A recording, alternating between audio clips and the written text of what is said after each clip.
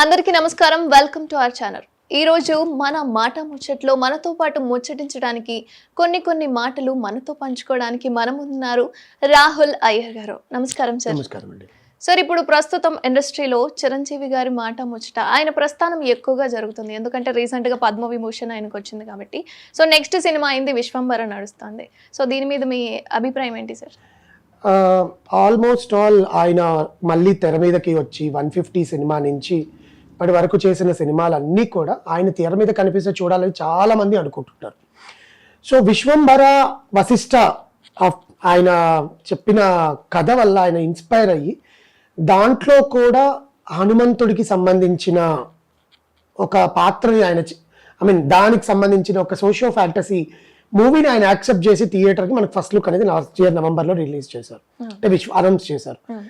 తర్వాత దీని మీద హైప్ క్రియేట్ చేయడానికి వాళ్ళు ఏమీ టాపిక్స్ ఇవ్వలేదన్నమాట.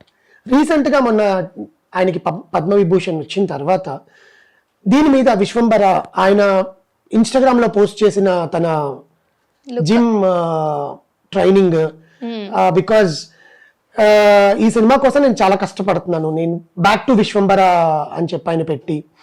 అండ్ సెకండ్ థింగ్ ఏంటంటే దీని మీద సోషియో ఫ్యాంటసీలో ఆయన ఏ రకంగా ఉంటాడని చాలా మంది చాలా రకాలుగా రాస్తున్నారు అనమాట న్యూస్. కానీ చిరంజీవి గారిని చూపించడం అనేది కత్తిమీద సామేనండి. బికాజ్ ఒక డైరెక్టర్కి, ఒక ఎస్టాబ్లిష్డ్ యాక్టర్, ఒక లెజెండ్ని సినిమా స్క్రీన్ మీద ఆయనకి ఒక స్పేస్ ఇచ్చి చూపించడం అనేది it's a big challenge for any director. Okay, that to ఆయనని ఇప్పుడు ఈ స్టేజ్ తర్వాత, అంటే ఒక హైయెస్ట్ సివిలియన్ అవార్డు ఆయనకు వచ్చిన తర్వాత చిరంజీవి గారిని మళ్ళీ స్క్రీన్ మీద చూడడం అంటే అదొక యాడెడ్ అడ్వాంటేజ్. దాన్ని వశిష్ఠ ఎలా చూపిస్తాడు స్క్రీన్ మీద అనేది మనకి ఇంపార్టెంట్. సెకండ్ థింగ్, ఇందులో కథనం గురించి కానీ అసలు ఎలా ఉంటుంది అనేది కానీ డైరెక్టర్ కానీ టీమ్ కానీ చాలా జాగ్రత్తగా బయట పెట్టకుండా చూసుకుంటున్నారు. బికాస్ నెగటివ్ ఇంపాక్ట్ ఎక్కువ పడేలాగా ఉంటుంది. ఎందుకంటే దానికి ముందు సినిమాలు ఆయనవి బోలా శంకర్ కానీ ఇవన్నీ ఫ్లాప్ అయిన, అంటే ఫ్లాప్ అంటే అది ప్రజల్ని మెప్పించలేకపోయడానికి రీజన్ ఏంటంటే ఎక్స్పెక్టేషన్స్. చిరంజీవి గారు వస్తున్నారు అంటే చిరంజీవి గారు ఒక కంటెంట్తో వస్తారు కదా, దాన్ని జనాలకి మెప్పించడానికి డైరెక్టర్ సాయి శక్తిలా ప్రయత్నిస్తాడు. బోలా శంకర్ కూడా అందుకే పోయింది. ఎందుకంటే చిరంజీవి గారిని చూపించడం అనేది చాలా కష్టం. ఎందుకంటే అది పెద్ద డైరెక్టర్లకి ఏంటంటే ఆ డైరెక్టర్ ఆర్టిస్ట్ కాబట్టి ఆయన ఏం చెప్తే అలా చేసేస్తారు. ఒక స్టేజ్ వచ్చేసాక ఆఫ్టర్ 150th ఫిలిం ఆయన ఒక్కొక్క సినిమాలో ఒక్కొక్క స్టైల్ని చూపించుకోవడం, అంటే ఇవన్నీ మనం చూసేసాం ఆల్రెడీ. ఇప్పుడు వశిష్ఠ చిరంజీవి గారిని ఎలా చూపిస్తారు కొత్తగా, ఆయనలో ఏది నచ్చి ఆయనని విశ్వంబర కింద పెట్టారు. అసలు విశ్వంబర అంటే ఏంటి తెలియకుండా మాట్లాడడం వేస్ట్ అండి. ఎందుకంటే సినిమా ప్రొడక్షన్ టీం కానీ మూవీ టీం కానీ మనకి ఏది ఇన్ఫర్మేషన్ ఇవ్వనప్పుడు మన ఊహాగానాల్లో పెట్టుకోవడం అనేది వేస్ట్. చాలా మంది జగదేకుడు అతిలోక సుందరి పార్ట్ 2 సీక్వెల్ 2 అది ఇది అని. ఆల్రెడీ ఒక్కసారి రాఘవేంద్రరావు గారి షోలో సౌందర్యలహరి అనే షోలో జగదేకుడు అతిలోక సుందరి పార్ట్ 2 కానీ సీక్వెల్ కానీ చేయాలంటే అది రాఘవేంద్రరావు గారితోనే చేస్తాను, నేను ఇంకే డైరెక్టర్తో చేయను అని ఆయన చెప్పేశాడు. నా కొడుకు రామ్ చరణ్ని కూడా నేను పెట్టి చేయలేను, నేనే చేస్తాను ఆ సినిమా, కానీ శ్రీదేవి గారు లేరు అని చెప్పారనమాట. సో అది అసలు కాదు. ఇంకా మాట్లాడుకోవాలి అంటే దీంట్లో ప్యాడింగ్ ఆర్టిస్టుల గురించి ఎవరెవరు ఉన్నారు ఏంటి అని కూడా మనకి ఇంకా ఏం చెప్పు. బికాస్ సెట్స్ మీదకి వెళ్ళేది ఫిబ్రవరిలో వెళ్తుంది, అంటే ఇప్పుడు 10th తర్వాత ఫస్ట్ షెడ్యూల్ స్టార్ట్ అవుతుంది. 9th నుంచి ఒకే స్ట్రెచ్లో 17 days షెడ్యూల్ చేస్తున్నారు చిరంజీవి గారు. అందుకనే ఆయనకుండే మీటింగ్స్ కానీ ఏ ఉన్నా కూడా ఈ ఫిబ్రవరి 9th ముందే కంప్లీట్ చేయాలని చెప్పారనమాట. సో ఆ సినిమా గురించి మనం ఫస్ట్ షెడ్యూల్లో ఎంటర్ అయిన తర్వాత కాస్ట్ అనేది బయటకు రావడము. బేసికల్గా ఏంటంటే చిరంజీవి గారి మధ్య లీక్స్ ఇవ్వడం, ఆయన సినిమా గురించి ఆయనే లీక్స్ ఇవ్వడం ప్రమోషన్ గా పెట్టేసుకున్నాడు. సో చూద్దాం ఆయన ఇన్స్టాగ్రామ్ లో ఏమైనా పెడతాడేమో సినిమా సెట్స్ మీదకి. ఆచార్య అప్పుడు కూడా ఆయనని టెంపుల్ సెట్ ని పెట్టారనమాట. సో ఇలాంటివి జనాల్లోకి ఆయన ఇప్పుడు ఉంటే తరం హీరోలు అంటే మన ప్రభాస్ కానీ మహేష్ బాబు గారు కానీ ఇలాంటి హీరోలతో ఆయన పోటీకి దిగుతున్నారని చాలా మంది మాట్లాడుతున్నారు. వీళ్ళు ఆయనతో పోటీకి దిగుతారు బేసికల్గా వస్తే. అంటే Vishwambhara is going to release on next Sankranti 2025. ఈ ఇయర్ అంతా కూడా ఆయన షూటింగ్ చేసుకొని, బికాస్ సోషియో ఫ్యాంటసీ కాబట్టి ఆ ఎఫెక్ట్స్, విజువల్ ఎఫెక్ట్స్ ఎలా ఉండాలి ఏంటి. చిరంజీవి గారు ఆఫ్టర్ అంజీ సోషియో ఫ్యాంటసీ తీయడం, Anji is the biggest socio fantasy for him. అప్పట్లోనే చాలా బిగ్ బడ్జెట్ పెట్టి కోటి రామకృష్ణ గారు తీశారు. అది ఇప్పుడు రిలీజ్ చేస్తుంటే, ఈ టైంకి రిలీజ్ చేస్తుంటే అసలు ఒక mega block buster for Chiranjeevi గారు.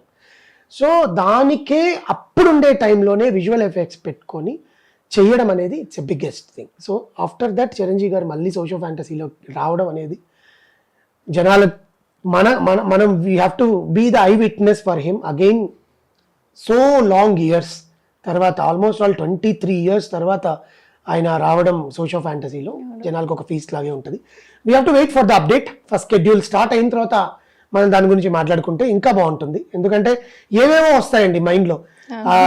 ఆయన ఇలా ఉంటాడు, ఆయన క్యారెక్టర్ ఇలా ఉంటుంది, విశ్వంబర అంటే ఏంటి. యాక్చువల్గా విశ్వంబర అనేది ఒక బుక్, ఓకే, ఒక ఓషన్ లాంటి బుక్.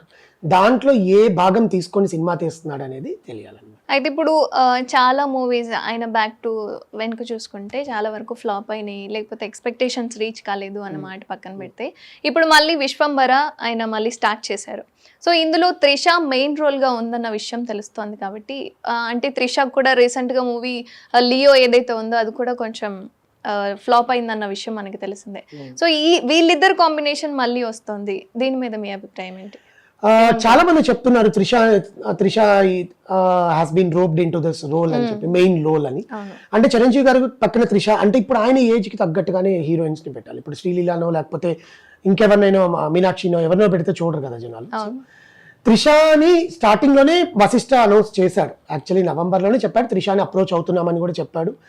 ఆమె కూడా తెలుగులో మళ్ళీ రీఎంట్రీ డైరెక్ట్ తెలుగు ఇవ్వడం అనేది లయన్ తర్వాత ఆమె చేయడం. Lion is the last movie ఆమె తెలుగులో చేసింది, తర్వాత మళ్ళీ ఇదే అనమాట. అండ్ చిరంజీవి గారు త్రిష 18 years బ్యాక్ స్టాలిన్ లో చేశారు, మురుగదాస్ డైరెక్షన్ లో. ఆఫ్టర్ 18 years మళ్ళీ యాక్ట్ చేయడం, అది వాళ్ళ పేరు బాగానే ఉంటుంది చూడ్డానికి. ఐ మీన్ లైక్ ఆ అమ్మాయి చిరంజీవి గారి పక్కన చూడ్డానికి బాగానే ఉంటుంది. ఈ ఎక్స్పెక్టేషన్స్ ఎక్కువ ఉంటాయి. అంటే after Ponniyin Selvan, after Leo, Trisha has been looking very beautiful. ఆమెని చూపించడం కూడా కాదు, కానీ ఆమె మళ్ళీ నేను ఉన్నాను ఇండస్ట్రీలో అన్నట్టు ఆమెకంటూ ఒక ప్రత్యేకతని ఆమె సంపాదించుకుంది బై హర్ లుక్స్. ఇప్పుడు సోషో ఫ్యాంటసీలో త్రిష ఇంకెలా ఉంటుంది, బికాస్ ఆమె కూడా ఫస్టే అది. సోషో ఫ్యాంటసీ మూవీలో యాక్ట్ చేయడం త్రిషకు కూడా ఫస్టే. అది చిరంజీవి గారి పక్కన అంటే ఆల్రెడీ ఆమె she has to act Bhola Shankar లో చెయ్యాలి. స్టోరీ వల్ల కొంచెం బ్యాకప్ అయిపోయింది. అండ్ డేట్స్ కుదరలేదు because she has given dates for Ponniyin Selvan 2, అందుకని కుదరలేదు అనమాట. బేసికల్గా ఏంటంటే తెలుగులో ఆదరించినట్టు ఆమెకి తమిళ్లో కన్నా తెలుగులోనే ఎక్కువ ఆదరించారు. Trisha continuous back to back movies చేసింది, స్టార్టింగ్ ఫ్రమ్ వర్షం. ఆమె తెలుగులో అరంగేట్రం చేసింది కూడా నీ మనసు నాకు తెలుసు, కానీ ఆమెకి హైప్ వచ్చింది వర్షంతో. వర్షం నుంచి ఇప్పటి వరకు లయన్ వరకు కూడా త్రిష వస్తుంది అంటే ఆమెకంటే ఒక సపరేట్ ఫ్యాన్ బేస్ ఉంది. దట్టు ఇప్పుడు చిరంజీవి గారి ఫ్యాన్ బేస్ అండ్ త్రిష గారి fan base. We have to wait for the feast. If at all they have lengthy space, main lead కాబట్టి అమ్మాయి అంటే దీనిలో ఒక 3-4 హీరోయిన్స్ ఉన్నారు కూడా, బట్ ఏంటంటే వాళ్ళని ఎలా చూపిస్తాడు అనేది మనకు తెలియదు కాబట్టి Trisha is a main lead and Chiranjeevi గారి పక్కన వాళ్ళిద్దరికి అసలు ఏంటి, అసలు ఆ కాంబినేషన్ లో వచ్చేవి ఎలా ఉంటాయి అనేది మనం ముందు రోజుల్లో చూడాలి. రీసెంట్ గా చిరంజీవి గారికి పద్మ విభూషణ్ అనేది వచ్చింది. అయితే ఈయనకు అసలు అర్హుడు కాదు చిరంజీవి గారు అని చెప్పి చాలా విమర్శలు అయితే వస్తున్నాయి. వీటిలో ఎంతవరకు నిజం ఉందంటారు? అసలు అర్హుడు కాదు అని డిసైడ్ చేయడానికి ఆయన మన ఇప్పుడు నేను ఎట్లా ఒక హ్యూమన్ గా నేను ఎట్లా ఎలివేట్ అవ్వాలనేది నాకు తెలుస్తుంది. అలాగా ఆయన ఇన్ని ఏళ్ళ కెరియర్లో ఆల్మోస్ట్ ఆల్ 45 to 50 years కెరియర్లో పున్నమి నాగు నుంచి స్టార్ట్ చేసి ఇప్పటి వరకు రీసెంట్ ఆయన యాక్ట్ చేసిన 68 ఏళ్లలో ఆయన ఎంత ఎక్సెప్షనల్ సర్వీస్ చేసుంటే అవార్డు వస్తుంది. పద్మశ్రీ, పద్మవిభూషణ్, పద్మభూషణ్ అనేవి సివిలియన్ అవార్డ్స్.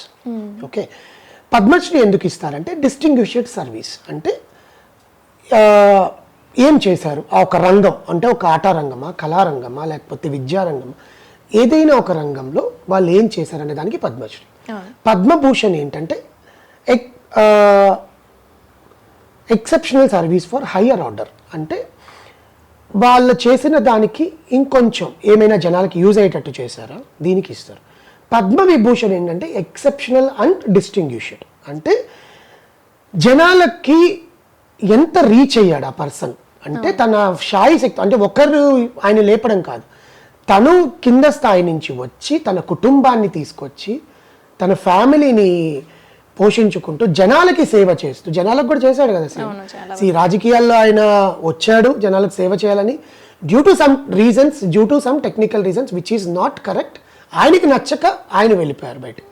ఆయన ఏదో ఓడిపోయానో లేకపోతే నన్ను ఓడిపోతానన్న భయంతోనో కాదు, కొన్ని నచ్చలేదు. ఎందుకంటే స్ట్రైట్ ఫార్వర్డ్ పర్సన్స్కి ఎప్పుడు కొన్ని నచ్చవు. సో అలాంటప్పుడు వాళ్ళు ఉండరు అక్కడ. So plus blood bank start చేశాడు చిరంజీవి గారు. బ్లడ్ బ్యాంక్ ఉండి రక్తదాన శిబిరాలు ఆయన మనకు తెలియకుండా చాలా మందికి, ఇంటికి వచ్చిన వాళ్ళకి తెలియకుండా కవర్లు పంపించి చేస్తాడు.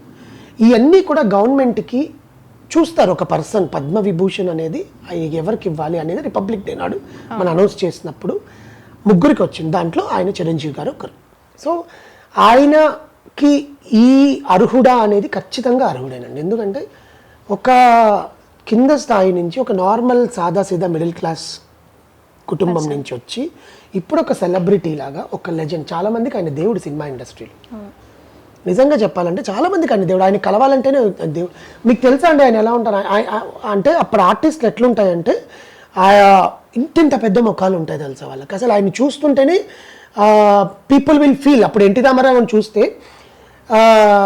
దేవుణ్ణి చూడకపోయినా పర్లేదు, ఎన్టీ రామారావు గారిని చూడొస్తే చాలు అనుకునేవాళ్ళు. ఇప్పుడు హైదరాబాద్కి వస్తే చిరంజీవి గారు ఇల్లు ఎక్కడ ఉందని అడుగుతారు. తెలుగు సినిమా ఇండస్ట్రీ అంటే చిరంజీవి గారా అని అడుగుతారు. ఇంకెవరు అడుగుతారు?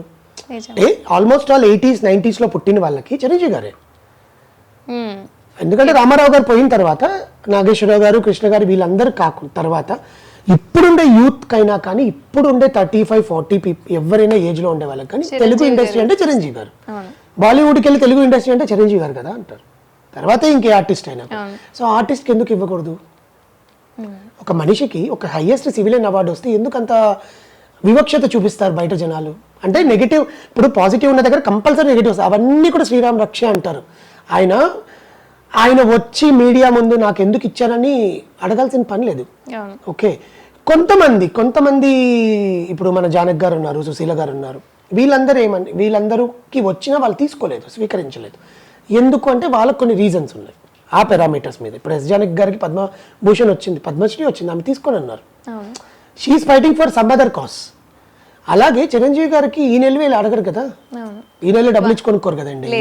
సో ఆయన ఏదైతే సర్వీస్ చేశాడో ఇన్నేళ్ల కెరీర్లో, సర్వీస్ అంటే తను కష్టపడ్డము ప్లస్ జనాలకు ఉపయోగపడేటట్టు చేయడం, ఇవన్నీ గుర్తించే అవార్డులు ఇస్తారు కానీ ఊరికనే ఎవరికి పడితే వాళ్ళకి ఇచ్చారు. సో జనాలు ఏదైతే నేను ఆయనకి ఎందుకు ఇచ్చారు, ఆయన దీనికోసం పార్టీలు ఎందుకు చేస్తున్నారు, ఎందుకు లేకపోతే నిన్న రేవంత్ రెడ్డి గారు శిల్పకళా వేదికలో ఆయనను పిలిచి ఫెలిసిటేట్ చేయడం అవసరమా?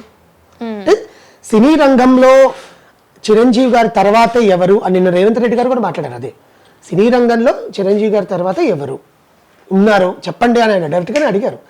సో ఒక పర్సన్, ఒక హ్యూమన్కి ఇన్స్పిరేషన్ ఇచ్చే పర్సన్ అది. చాలా మంది నేను చిరంజీవి గారి వల్ల సినిమాల్లోకి వచ్చాను, చిరంజీవి గారి డాన్స్ చూసి నేను డాన్స్ నేర్చుకుంటున్నాను, చిరంజీవి గారి డాన్స్ ఆయన ముందు డాన్స్ చేయడం కూడా నాకు భాగ్యం అంటారు. సో ఇన్ని మాట్లాడుతున్న పర్సన్కి పద్మవిభూషణ్ వస్తే ఎందుకంత వివక్షత బయట వాళ్ళకి? ఇవంతా కూడా నెగిటివ్ స్ప్రెడ్ చేస్తే తన కోపమే తన శత్రువు అంటారు కదా, అలాగా ఎంత నెగిటివ్ స్ప్రెడ్ చేస్తారో అంత ఆయనకి అది ఆశీర్వాదం.